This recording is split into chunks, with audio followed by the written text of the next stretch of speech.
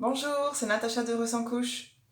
Aujourd'hui, je fais cette vidéo pour vous qui vous demandez pourquoi est-ce que je m'embête à porter mes bébés au-dessus des toilettes alors qu'ils pourraient tout simplement faire leurs besoins dans leur couche puisqu'ils en portent une de couche de toute façon.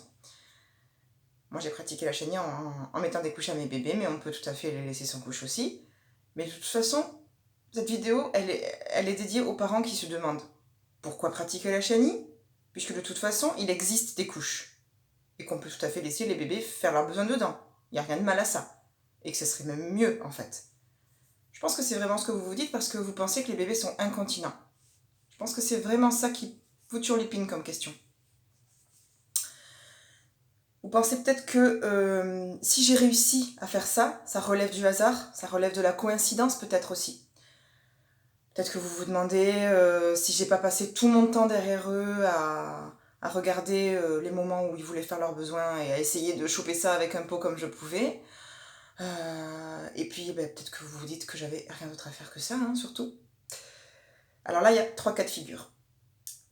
Soit vous vous dites, ah ben moi aussi, effectivement, si je passe tout mon temps derrière mes bébés, je peux aussi en choper des pipis et des cacas. Soit vous vous dites, non, moi je ne veux pas faire ça, je veux avoir une vie normale. Soit vous vous dites les deux simultanément. Et je vous comprends tout à fait. C'est tout à fait normal, vous avez raison. Laissez-moi vous dire une chose, je suis une maman normale, je suis comme toutes les autres mamans du monde, parfois je suis fatiguée, j'ai envie de profiter de la vie et surtout de voir mes enfants grandir et s'épanouir. J'ai pas envie de passer tout mon temps à courir derrière eux, à faire un truc qui ne sert à rien. Mes enfants, eux, sont comme tous les autres enfants du monde. Ils émettent des signaux pour me dire qu'ils veulent faire leurs besoins. Et moi, mon rôle, c'est de répondre à cette demande en les portant, en enlevant leurs couches, au-dessus des toilettes, et à leur dire qu'ils peuvent faire leurs besoins à ce moment-là. Et du coup, attendre qu'ils se lâchent. Parce que le but, c'est qu'ils soient soulagés, qu'ils fassent leurs besoins comme tout le monde dans des toilettes. Voilà. Et c'est pour ça que les bébés font ça. Je me suis basée sur les signaux qu'ils m'envoyaient, mais aussi sur leur rythme, leurs habitudes, et aussi sur ma propre intuition qui me relie à eux. C'est très simple en fait. Vraiment, il n'y a pas besoin de se prendre la tête. Si vous voulez répondre favorablement à la demande de votre bébé, la chenille, elle est faite pour vous. C'est vraiment vous qui allez apprendre quelque chose. Le bébé, lui, il sait déjà quand il veut faire ses besoins. Il n'a pas besoin d'apprendre. La seule chose qu'il va apprendre, c'est la manière dont vous allez communiquer avec lui. Il va essayer de vous envoyer un signal, il va essayer de communiquer avec vous, et il va essayer de comprendre quand vous allez répondre à sa demande. C'est-à-dire que quand vous le portez en position dessus des toilettes et que vous lui dites qu'il peut se lâcher, il va tout simplement essayer de comprendre le moment là où vous lui dites ça. C'est juste ça qu'il va essayer de comprendre. C'est tout, mais le reste, il le sait déjà. Il sait quand il va faire ses besoins. Ce que je voulais vous dire aussi, c'est que le bébé n'est pas incontinent. On vous fait croire qu'il a besoin de porter des couches parce que si vous en mettez pas, il va faire pipi et caca partout par terre. C'est complètement faux. C'est parce que vous lui mettez des couches que quand vous lui enlevez des couches, il en fait pipi et caca partout par terre. C'est ça, en fait, l'idée.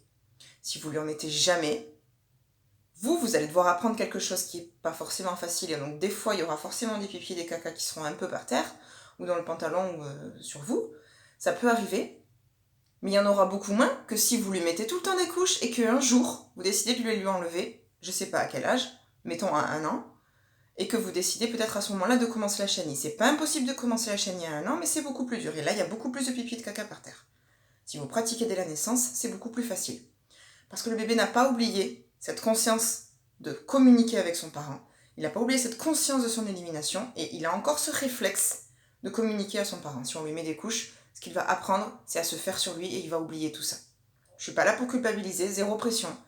On fait tout ce qu'on peut avec les informations qu'on a sur le moment, mais vraiment de penser que les bébés doivent porter des couches et qu'on s'embête surtout en faisant la chenille, c'est complètement faux. C'est vraiment quelque chose qui peut paraître paradoxal et c'est un virage à 180 qu'on doit faire quand on commence ça, mais c'est essentiel de comprendre ça. Alors, si vous voulez aller plus loin, je vous invite à télécharger gratuitement le guide que j'ai mis en lien dans la description pour vous, qui s'appelle 10 points clés essentiels pour pratiquer la chenille sans se prendre la tête. Je vous invite aussi à vous abonner à ma chaîne en cliquant sur la petite vignette ici, et je vous retrouve prochainement pour d'autres vidéos. À bientôt!